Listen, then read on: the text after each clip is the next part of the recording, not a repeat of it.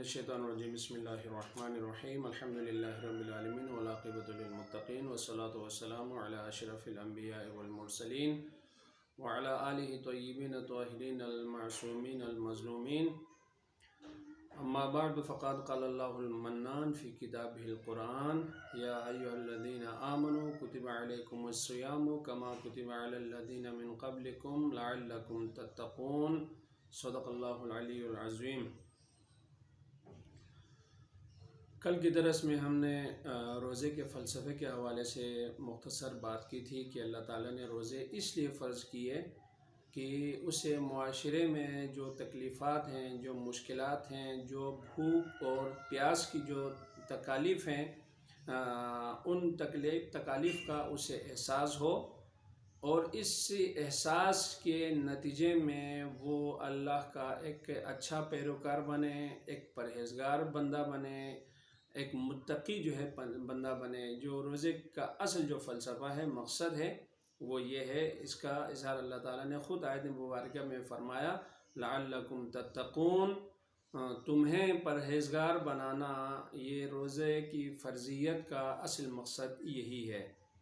تو یا ایھا الذین آمنوا کتب علیکم الصیام، یہ روزے صرف مسلمانوں پہ فرض نہیں ہے۔ اللہ تعالیٰ نے یعنی جو امتیں گزری ہیں، امم سابقہ، ان کے اوپر بھی یہ روزے فرض رکھے۔ اس فرضیت کا بھی یہی مقصد تھا کہ معاشرے کی تکلیفوں کا انسانوں کو احساس ہو، ان کو اس چیز کا درد محسوس ہو کہ بھوک اور پیاس سے کتنی تکلیف ہوتی ہے۔ اس کا نتیجہ یہ ہوگا کہ جو معاشرے میں غریب طبقہ ہے، جو ہمیشہ بھوک اور پیاس کا سامنا کرتے رہتے ہیں، ان کی تکلیفات کا انہیں یعنی اس طبقے کو بھی احساس ہو، ان لوگوں کو بھی احساس ہو جو ہمیشہ ان کی اپنی امارت کی وجہ سے، امیری کی وجہ سے ان کو کبھی بھوک اور پیاس کا کبھی سامنا ہوتا ہی نہیں۔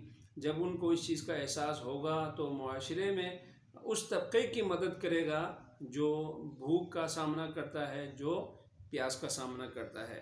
اور دوسرا مین مقصد، اصل مقصد یہ تھا کہ قیامت جو ایک دن آنے والا ہے، اس کی بھوک اور پیاس کی جو شدت ہے، اس کو پہلے ہی احساس ہو تاکہ وہ اس دن کی تیاری کریں۔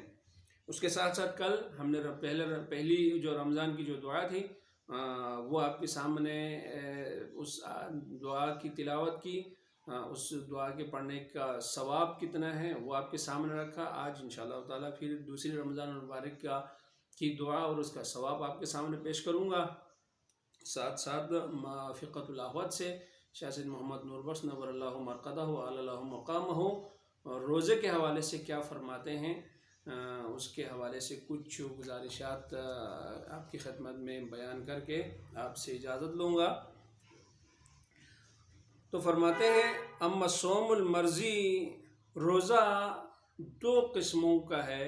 ایک وہ روزہ جس سے اللہ تعالیٰ کی رضامندی حاصل کی جا سکتی ہے، اس کی دو قسمیں ہیں، ایک واجب روزہ، ایک سنت روزہ۔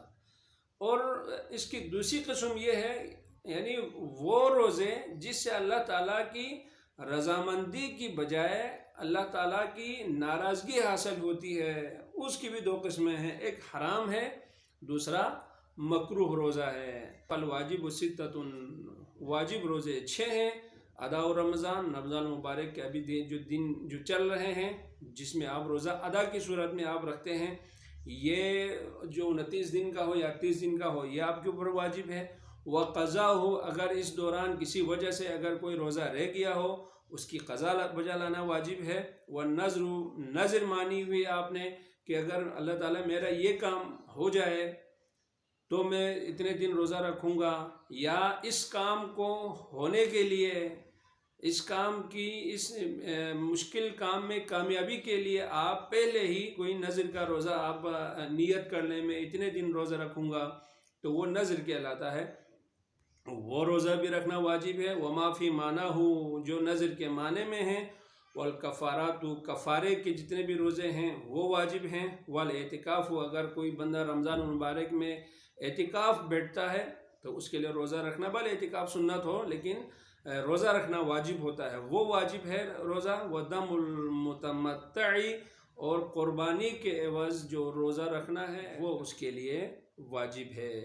مستحب روزے کون کون سے ہیں؟ جمیع الایامی، پورے سال میں روزہ رکھنا سنت ہے. والحرام، حرام روزے کون کون سے ہیں؟ صوم العیدین، عید الاضحیٰ اور عید الفطر کے دن روزہ رکھنا حرام ہے.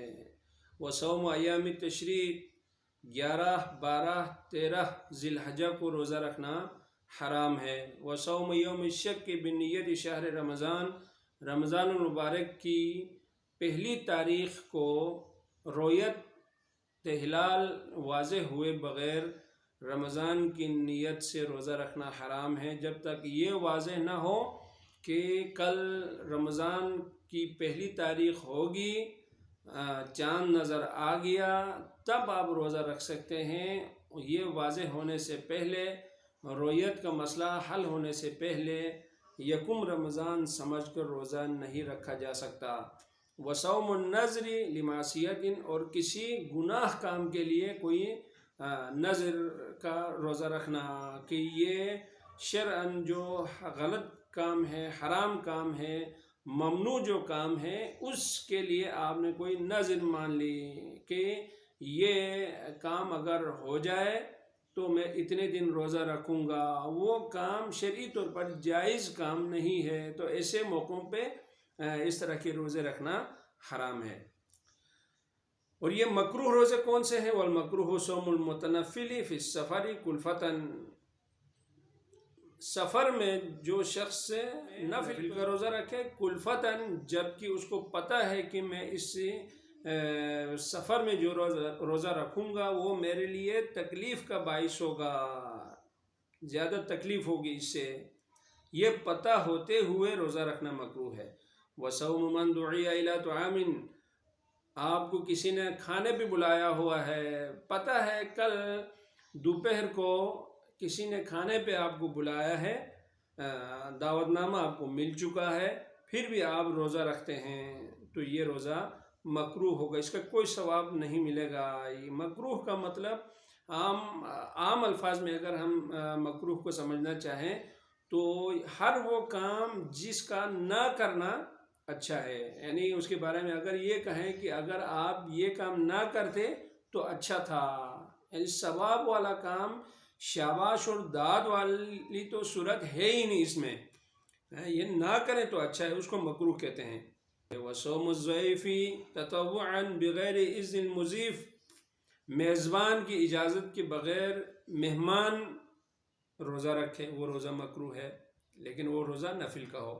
والمرأة بغیر اذن الزوج، شوہر کی اجازت کے بغیر اگر بیوی روزہ رکھ لے نفل کا روزہ تو وہ بھی مکروہ ہے. والرقیق بغیر اذن مولاه، اور مالک کی اجازت کے بغیر اگر غلام یا کنیز روزہ رکھ لے نفل کا روزہ تو وہ بھی مکروہ ہے. انشاءاللہ تعالیٰ اگلے درس میں ہم مزید تفصیلات آپ کو بتائیں گے. کل ہم نے پہلی رمضان کی دعا اور اس کا ثواب ہم نے آپ کے سامنے تلاوت بھی کی تھی، ثواب کا بھی تذکرہ کیا تھا. آج کے لیے اگر کوئی رمضان کی دوسری تاریخ کو روزہ رکھ کر اس دعا کو پڑھے تو اللہ تعالیٰ اس شخص کے نامہ اعمال میں اس کی پوری زندگی میں اٹھائے جانے والے ہر قدم پر 1 سال دن کو روزہ رکھنے اور رات کو شب بیداری کرنے کا ثواب لکھ دیتا ہے. دعا یہ ہے: بسم اللہ الرحمن الرحیم. اللہم قربنی الی مرضاتک وجنبنی فیہ من سخطک ونقمک ووفقنی فیہ لقراءۃ آیاتک برحمتک یا ارحم الراحمین. اللہم صلی علی محمد وآل محمد.